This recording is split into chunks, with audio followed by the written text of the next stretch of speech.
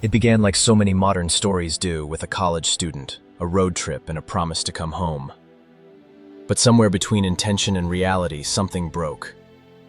And what happened to 19-year-old Bryce Laspisa has become one of the strangest, most unsettling vanishings of the last decade. One that continues to baffle investigators, haunt his parents, and defy explanation. It was late August 2013, the last days of summer.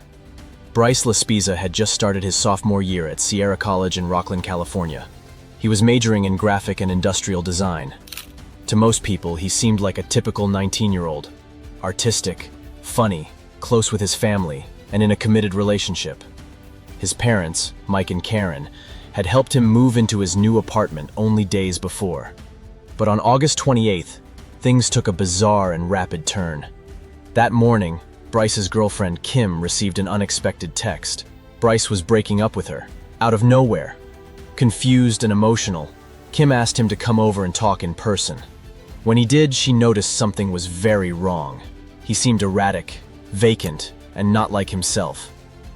Concerned, she tried to take his car keys, worried he wasn't in a safe state to drive. But Bryce was insistent. He was fine. He wanted to leave. Eventually, she relented. Later that night, Bryce called his parents in Laguna Niguel, over 400 miles away. He said he was going to drive home. It was unexpected, but they didn't question it. He said he wanted to talk. And so he began the long, winding drive down Interstate 5. He never made it. What happened between that phone call and the moment his car was found, hours later, crashed and abandoned, is one of the most haunting timelines in recent memory. The longest drive that made no sense. At 11:30 p.m. on August 28th, Bryce left Kim's apartment. From there, it should have taken him 7 hours to reach his parents' home. But at 1 a.m., he made a purchase at a small gas station in Buttonwillow, still hours away from his destination. He bought a drink and sat in his car. Nothing strange, except for one thing. He stayed there for 13 hours. 13 hours, sitting, waiting, watching. Why? A roadside assistance driver named Christian happened to encounter Bryce during this time. Bryce had called for help. His car had run out of gas. But Christian would later tell investigators that Bryce seemed calm. He didn't seem distressed, he said. Just tired. Christian even refilled Bryce's tank and offered to call his parents again. Bryce declined. But when Bryce's mom, Karen, realized he still hadn't arrived, 18 hours later, she started to panic. She called his phone. No answer. Then suddenly, a call came through. It was Christian, the roadside assistance worker.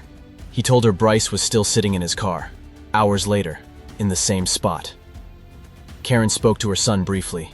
He was polite, vague, said he was on his way soon. Just before sunrise on August 30, a California Highway Patrol officer spotted an overturned vehicle near Castaic Lake, about 90 miles north of Bryce's home.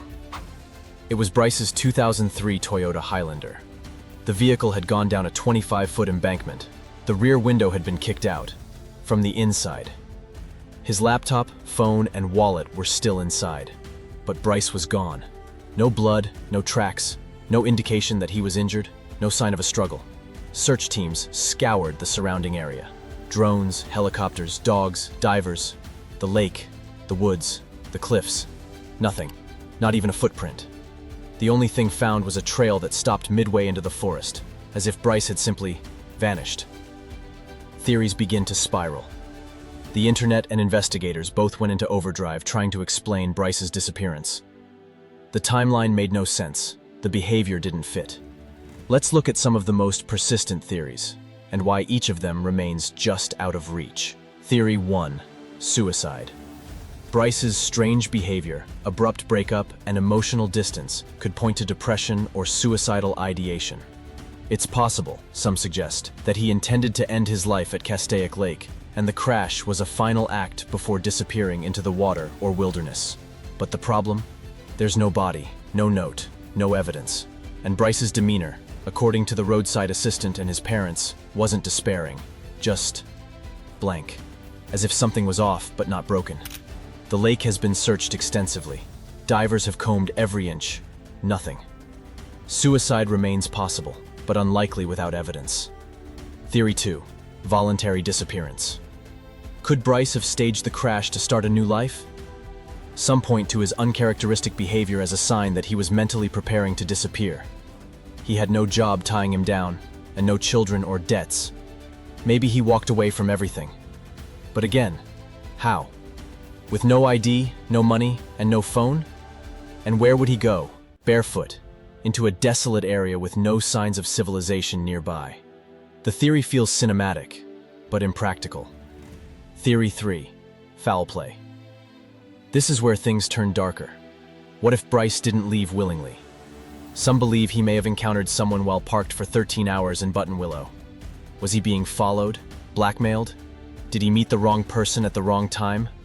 Investigators found no signs of a second vehicle or footprints, no evidence of a struggle. But one strange fact nags at this theory. Bryce kicked out the back window. Why the back window?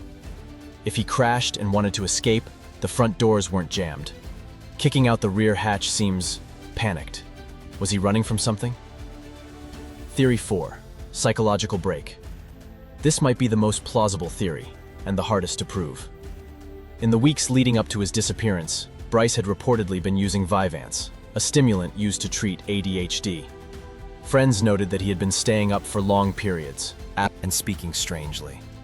Could the combination of stress, stimulants, and sleep deprivation have led to a break from reality? Psychotic episodes can cause people to wander, disassociate, and lose awareness of who they are. If Bryce suffered such an episode after the crash, he may have fled into the wilderness, completely unaware of his surroundings. But again, no trace, and after more than 10 years, not a single confirmed sighting. The last sighting? There was one tip, later dismissed, that claimed a man matching Bryce's description was seen walking along the Lake Hughes Road near the crash site, shirtless, shoeless, stumbling, but alive. The sighting was never verified. No photo, no name. Could it have been him? And if so, where did he go next? Why this case still baffles investigators. Most missing person cases have a few crucial elements: motive, opportunity, and some form of trace. But in Bryce Laspisa's case, all three seem warped. He was heading home. He had called his mother. There was no sign of a third party, no clear motive to vanish. Yet, he did. His vehicle's location implies a deliberate crash, but the impact wasn't fatal. His wallet and keys were left behind. No attempt was made to contact anyone. No use of his social security number, bank accounts, or phone. Nothing. It's as if he walked off the edge of the map. His family still waits. Bryce's parents have never stopped looking. They've hired private investigators. They've created social media pages, posted flyers, appeared in documentaries. Every year they light candles and ask for one thing: a phone call. Just a word, a message, anything to let them know he's still out there. But the phone never rings. In 2023, on the 10-year anniversary of his disappearance, Bryce's case was featured in multiple national outlets again. New leads were reviewed. But as of today, no break has come. Why it matters. Bryce's case isn't just another missing person file. It's a warning about how fragile the boundary is between safety and the unknown. Between understanding someone and realizing you never truly know what someone is going through. It's about the holes in our systems, the gaps in mental health support, the limitations of surveillance in rural areas, and the terrifying idea that in today's world, someone can still vanish into nothing. Bryce Laspisa was 19 years old, tall, red-haired, bright-eyed, full of ideas, on the edge of adulthood. And then, gone. No goodbyes, no noise, just tire marks in the dirt, and silence that stretches on for over a decade.